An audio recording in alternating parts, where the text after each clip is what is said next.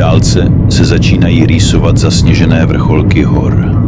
Ostré, chladné a nepřehlédnutelné. Nad nimi se zvedá mohutná sopka.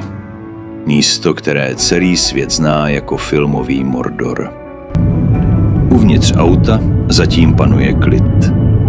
Zdeněk s Omarem ještě netuší, jak rychle se může tahle poklidná cesta proměnit. Míří na Tongariro Alpine Crossing. Trek, který patří k nejkrásnějším na světě, ale zároveň k těm, které si vynucují respekt. Tady nerozhodují plány. Tady určuje pravidla příroda. Údolí se ještě před chvílí zdálo klidné. Teď se ale začíná měnit přímo před očima.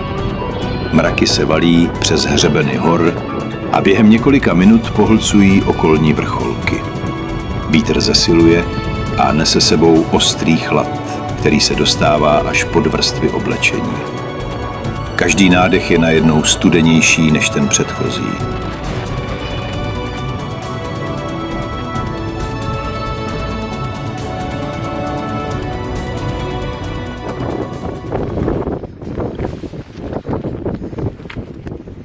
Tak kam jdeme?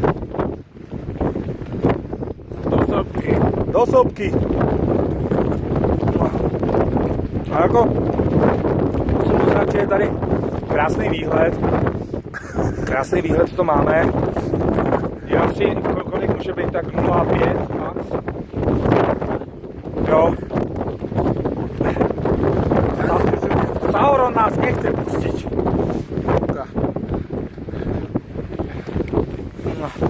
No, tak možno ještě na budoucí. Tak zatím. Čau. Chlapci mají zatím štěstí. Žádný sníh, jen ledový vítr, vlhkost a ostrý chlad, který bere energii. Na stezce stojí lidé, kteří už nemohou dál. Třesou se, ruce mají stuhlé, někteří si drží prsty u obličeje, aby si je zahřáli. Úsměvy z rána jsou pryč.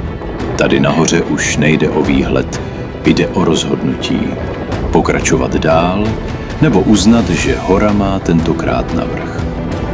Zdeněk s Omarem stojí proti větru a začínají chápat, že tohle už není jen trek. Je to zkouška.